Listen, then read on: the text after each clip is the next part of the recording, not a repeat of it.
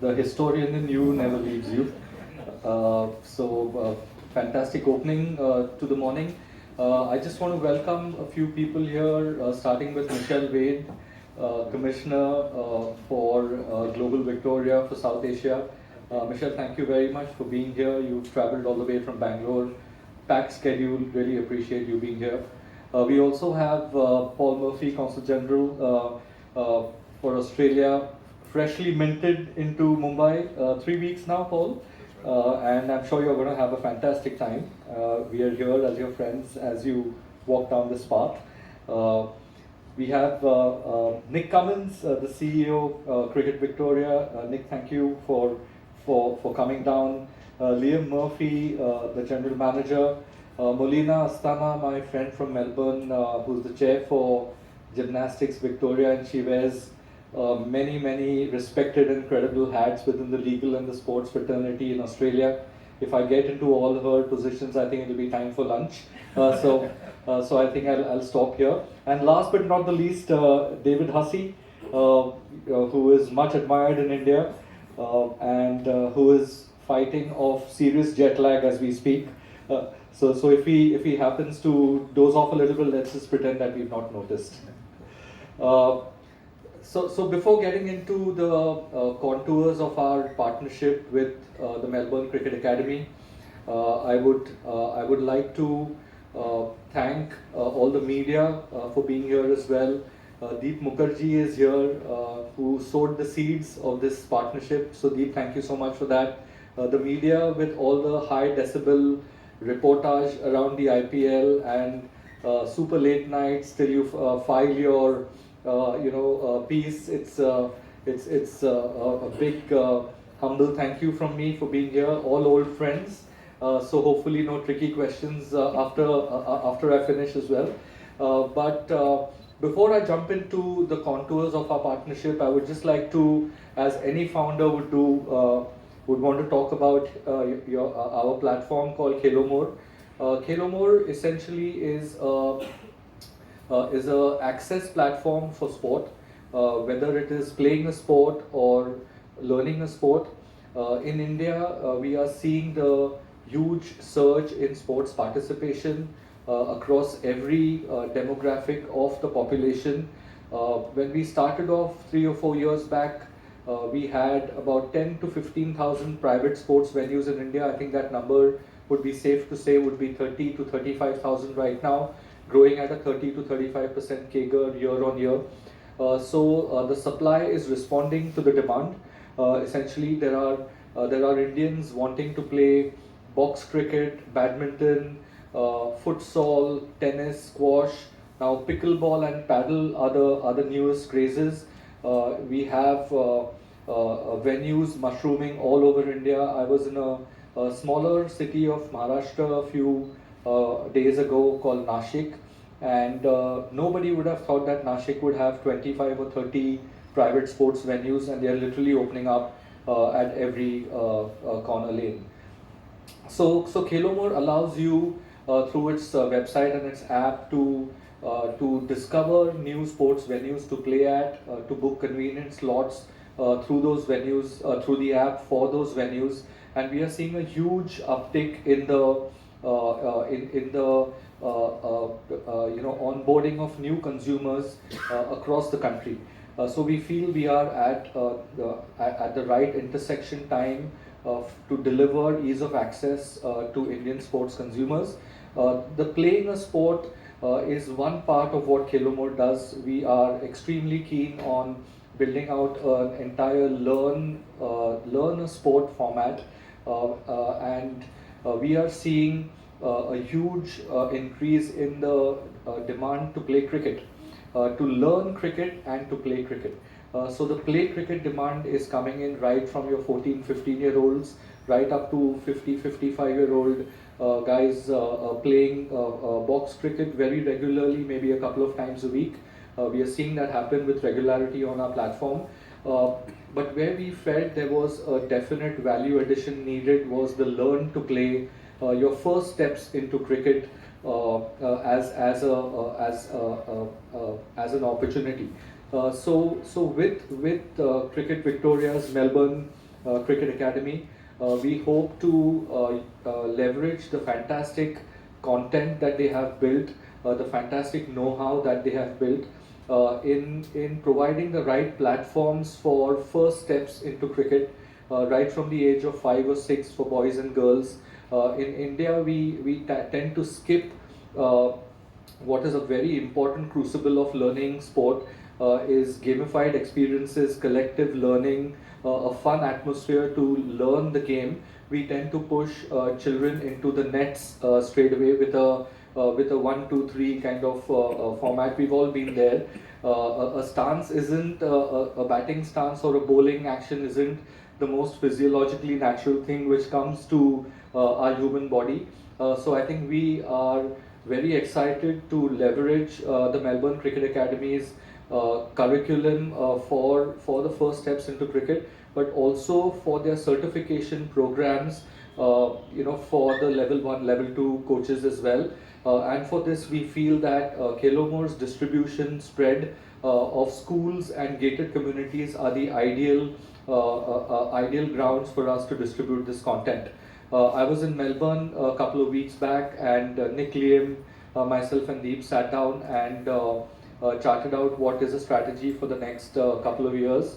And I must say that I'm extremely excited to be able to be part of something which is going to deliver some serious value to boys and girls from the age of 5 or 6 wanting to learn the sport. I think through this, if you look at one of KheloMore's big pillars of or the heartbeat of KheloMore is to add value to our consumers. It could be across a pay and play consumer or a coaching consumer, and that's where we feel that the youngest country in the world, which is India, and by all reports, it's going to remain the youngest country in the world for the next 7 to 10 decades. How can KheloMore, with fantastic partners like the Melbourne Cricket Academy, make a difference to children taking their first steps into sport?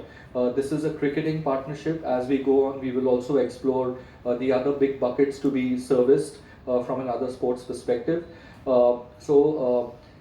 Delivering value to this young population and unlocking the huge amount of human capital which is in India is a common objective for the Melbourne Cricket Academy and for KheloMore.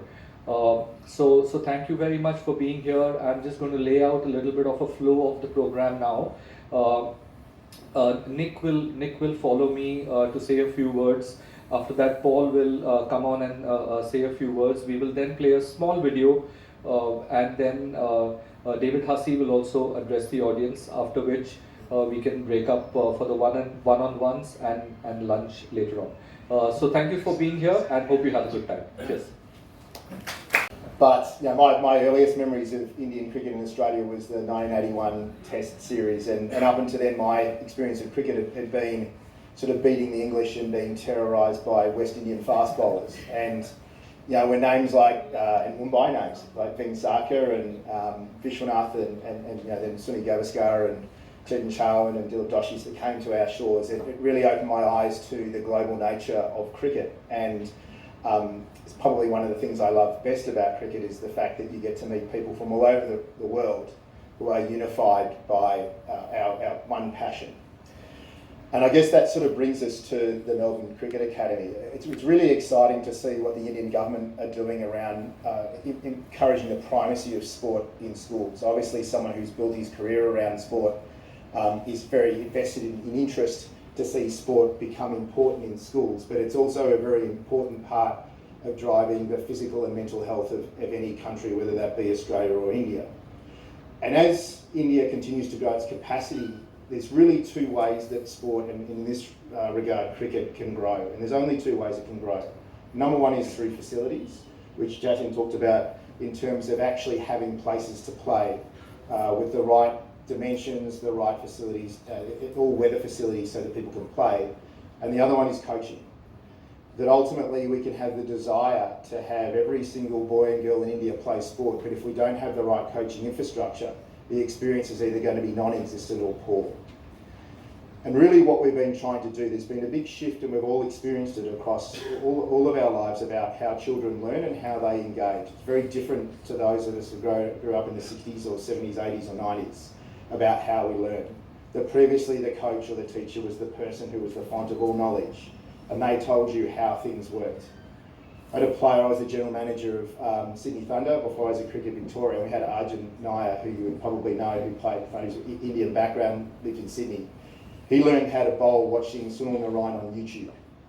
So this idea that the coach has to know anything is just not right anymore, that ultimately children can find information from anywhere around the world, from any country and from any player.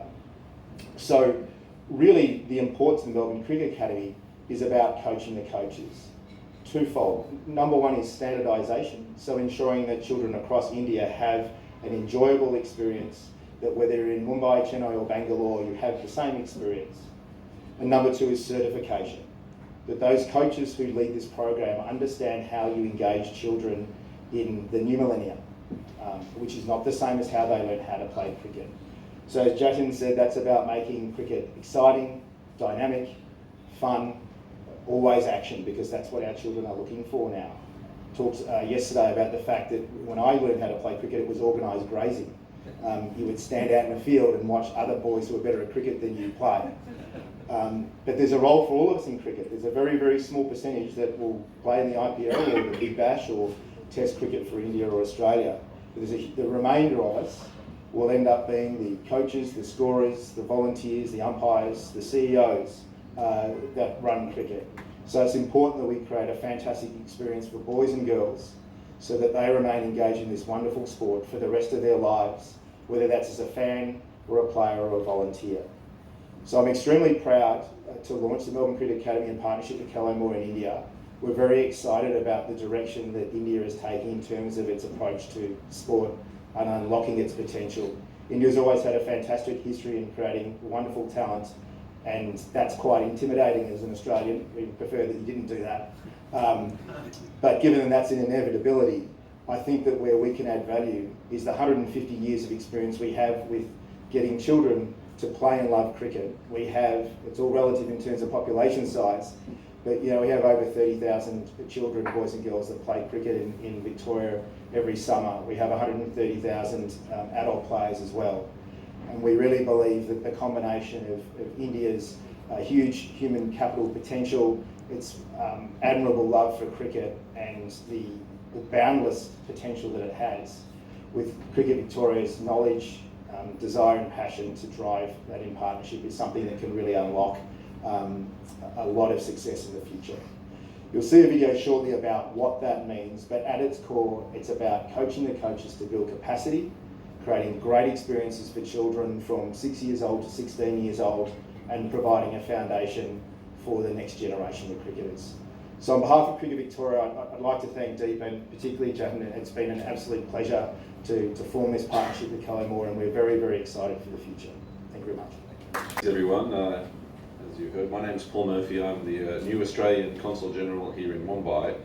I'm very honoured to be invited here by KheloMore and the Melbourne Cricket Academy to present today. This is my first presentation at the Cricket Club of India, but not my first time coming here. I was lucky to come here for breakfast on Sunday with a long-term member and esteemed filmmaker and Rajasthan royalty, Shivendra Singh Dungapur. So it was wonderful to be introduced to the club, and what a prestigious and formidable club in the world of cricket this club is. As you all know, cricket history between Australia is rich and storied, and I understand that the first test match between us as countries was just months after India achieved independence in 1947. At the national level, we have been fierce competitors, with each side having moments of stunning victory and defeat, and I think this is a case of you should not mention the war. But the links reach much deeper, with local teams and clubs having been ambassadors between our countries, building our relationship even when political attention was elsewhere, such as during the Cold War. Now that has changed. Our bilateral relationship rests on strong foundations. We have a trade agreement, we have a sporting MOU, we have a comprehensive strategic partnership, and we have frequent meetings between our leaders. In fact, our Prime Ministers have met 7 times since Prime Minister Albanese came to office in 2022. And we now have close to 1 million people of Indian descent also calling Australia home, and I think we even have some of them here perhaps in the room. But cricket remains a feature, a point of connection and excitement between us. And the Indian diaspora in Australia is particularly active in taking an approach to engagement with cricket forward. It's often a meeting point for new arrivals, and they've become members of many of our clubs and teams in Australia. And of course, Australia now looks to India as the epicenter of global cricket, and there's, as you can see, strong interest, particularly from Victoria and Melbourne in that respect. This is not just in terms of the industry and the audience, but about players of the future. There will always be Australians playing, and I understand Cricket Victoria represents, I think, around 100,000 of the players you just mentioned there, but there are many, many more in India who will be playing into the future. So our communities are keen to engage with these Indian players, and I'd like to take this opportunity to commend Nick Cummins, CEO of Cricket Victoria, and Jatin Paranjape, CEO of KheloMore, on your partnership with cricket. This sounds like a wonderful initiative, working with schools and more broadly with other customers that will access the platform to advance coaching and the tradition and the friendship between Australia and India through collaboration through cricket. So well done on your initiative, and thank you very much for the opportunity to speak today. Thank you. Ladies and gentlemen, distinguished guests. I fell in love with the game back in the backyard playing cricket with my brother, my two sisters, and I should reiterate that cricket is a game for everybody. But then as you fall in love with the game, you fall out of love with the game because training's different. You become glorified grazers out in the field. When you don't bat as well as your brother, you end up fielding a lot of the time. So I fell out of love with the game, but then fell back in love with the game because I had this new coach who made it very fun, the environment to learn and grow, not too dissimilar to the Victorian way. So that made me fall back in love with the game, and I was very fortunate enough to play a very, very long time for not only Victoria, but in the IPL and travel all over the world. So I'm just glad to hear Jatin say that so many kids coming through are playing a variety of sports, and a big focus is on being outdoors and playing a variety of sports, learning and being with their friends and family, and most importantly, enjoying themselves and learning about all aspects of this great game. So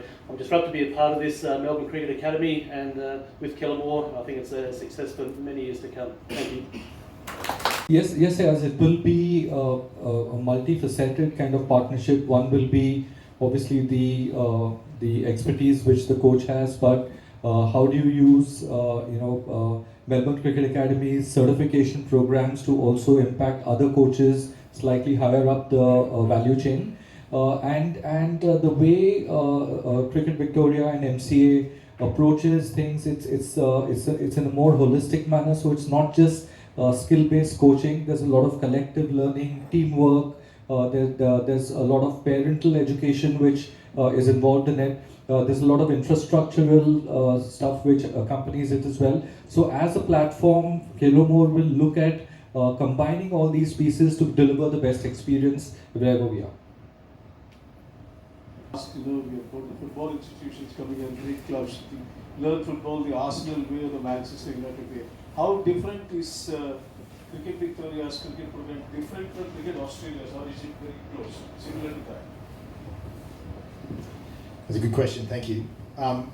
The way that cricket is structured in Australia is a federated model. So Cricket Australia is a sum of the approach of different states and how they play cricket. You'd see that there's a very different way that cricket's played in Western Australia compared to Victoria, compared to Queensland. So ultimately, Cricket Victoria fits into the national curriculum, which is the Australian way, but our way is threefold for children. Number one, from a batting perspective, it's about scoring runs. When we talk about coaching children, and Jatin talked about this earlier, and we even saw it driving around Mumbai yesterday, there's a big focus on spending time in the nets with children. Can't score runs in the nets, it's impossible, try it. So that's number one. The second one with spin, which I'm not going to sit here and tell Indians how to bowl spin, but it's about spinning the ball as hard and as far as you can. And the third, with fast bowling, is about attacking the stumps. So that's the Victorian way. That ladders up into an Australian approach, but the nature of Australian cricket is about states competing against each other, which ultimately produces, you would see that come out in the field, that competitive spirit that the Australian team has. is the aggregation of a whole lot of different cricket cultures that come to Australia. In India, there are a lot of kids playing cricket, obviously, but not everyone can play it at the highest level. And along the way, a lot of people lose that love for the game and stop playing the game. So how can you help cricket people stay in cricket longer and play participatory or socially rather than just chasing excellence? I think that's the number one question. So as a dad, I have two girls and a boy, so I've been involved in junior coaching of all sorts of sports. The best thing about cricket as opposed to, let's say, basketball or soccer, is that when you're coaching junior basketball or soccer, it's usually the three best kids in one team playing against the three best kids in the others, and the other kids stand there as it's all just happening around them. The great thing about cricket is that at a point in the game, it's your turn. You've got the ball in your hand and no one can take it off you, or you're batting and no one can take that off you. So it's actually a strength of cricket which I think is underplayed when we compare it to other sports, that it's one of the few sports that you actually get a turn and no one can take that from you. Where cricket has gone wrong traditionally, and I think where we've made big strides in Australia just in the last 5 years, is about the fact that cricket at a really young age is about having fun, making runs, chasing the ball. It's not about learning life's hard lessons. So 7-year-olds don't need to learn what it's like to go out for a diamond duck. There are traditionalists who are my age and older who were quite insistent that they do, that builds character. But what it does is what you've identified is that people say cricket's not for me. Because I've just stood here and watched Jaiswal down there and score 600 while I'm batting. So when do I get a turn? So really the focus in terms of our coaching approach is it's not about the elite. The reality is that it's a statistical anomaly that you would play for your country. So we can't build our entire programs around catering for the statistical anomaly. It's about giving children, and it's boys and girls, the opportunity to stay involved in the game for as long as possible. So as it relates to junior formats, that's having less fielders on the field so that there are more gaps in the field so you can hit fours and hit sixes just like you can when you watch the IPL. That when you get a bowl, that everyone gets a bowl. When you get a bat, that you can't go out. So you get to face 20 balls, and if you get bowled 20 times, okay, but you can also play without fear. Talking about this yesterday, that big change in Australia that we see is when you go from not being able to get out to you can, is everyone stops scoring runs because they're scared of getting out. So we want to remove the fear of failure for as long as possible. And part of that, in Australia at least, was competing with traditionalists who believe that cricket is all about coping with failure. Well, cricket is important. It's important in India, it's important in Australia, but it's not life. And so the life lessons that we want to use is about making friends, respect, building positivity. It's not about resilience through failure, celebration of other people's excellence. And I think that's traditionally how we've approached cricket. So it's probably a long answer to your question, but at its foundation, it's making people appreciate that cricket first and foremost is fun. It's a game which is there to be enjoyed. It's not a platform to celebrate the best kid in your school or town or state and their sort of merry parade towards representing their country. And the reality is that whether it's Steve Smith or it's Virat Kohli, they sit on the top of a huge pyramid of people that allow that to happen. The broader the base of the pyramid, the more successful and healthy the game is, not just in India, not just in Australia, but across the world. So our focus is about building that critical mass of people, most of who are sitting in the room. So from the two sitting next to me who are lucky enough to play for their country. But cricket is actually us. It's not these guys. And we can't lose sight of the fact that that's actually the sport, and we have to make sure that people stay in the sport for as long as possible through enjoyment. I'd like to add a little bit more to that. Nick spoke about the ethos of the program, but I'd like to speak about the consumers as we are seeing them today. We work in 100 plus gated communities right now. We work with hundreds of thousands of consumers, and what we've noticed is that when it comes down to cricket, every adult has a backstory on cricket. So Anand, your case, Sanju, you were a A division fast bowler in Bombay as well. So enabling the distribution of this program will also, I am convinced, will lead to the volunteering piece for cricket in India as well. So coaches as volunteers, I think there's a big demand waiting to be tapped there. And if we can easily enable consumers to access the platform, the program through our platform, I think you will see adjacent benefits like volunteering come out of it as well. Right. Just as an extension, Jatin, how challenging or how will you ensure that all these aspects are inculcated in Indian social system, wherein the focus is always more on excellence, as Anand put it. It's always about I'll be the best. How challenging is it? Yeah, that's a great question. So I think if you look at schools nowadays, and if you look at the newer schools, I mean, at last count, India has about 180 to 190,000 private schools. And these are schools which are now equipped with very contemporary education systems, and those systems essentially dictate that participation is more important than winning. Not our children are 17 now. They got educated through the IB curriculum, and it's all about asking why and not about how much. So I think there is a change in the mindset of the way schools are also looking at their students, the way parents also want to bring up their students. So I think it's going to take time, but I think the secret sauce lies in making these contemporary programs available to Indians, and that's what excites us. You spoke about cricket being, making friends and all that, but we see sometimes players cross the line. So how do you draw a balance between that, not being so very emotional and still keeping things in check, especially when the youngsters learn from what the seniors do? Even if David can also answer that later. Yeah, I think I might even defer to you in a moment about that, but absolutely, as you would all know in this room, Australia has always played cricket with a very competitive spirit, shall we say, and that's cultural. I know that when we've had friends come from other countries and play cricket, they can find that quite confronting. That Australians can be very aggressive on the field. You see that playing India, but they're also aggressive to each other when they play. So you're not getting any special treatment, just to be clear.